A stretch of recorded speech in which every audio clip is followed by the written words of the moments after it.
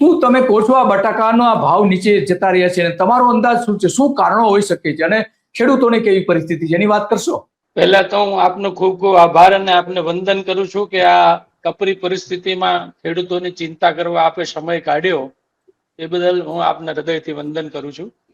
કારણ કે ખેડૂત એ જગતનો તાજ છે અને ચિંતા કરવા વાળો વર્ગ ઘટતો જાય છે, ત્યારે આપે આ વ્યસ્ત સમયમાં સમય કાઢ્યો છે એ બદલ ફરીથી આપનો આભાર.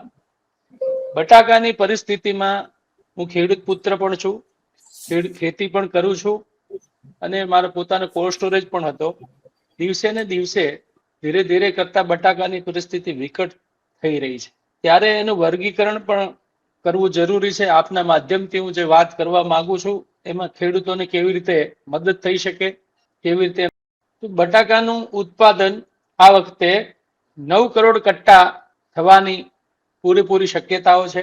એમાં 1 કરોડ કટ્ટા તો જાન્યુઆરીથી અત્યાર સુધીમાં વપરાઈ જાય છે.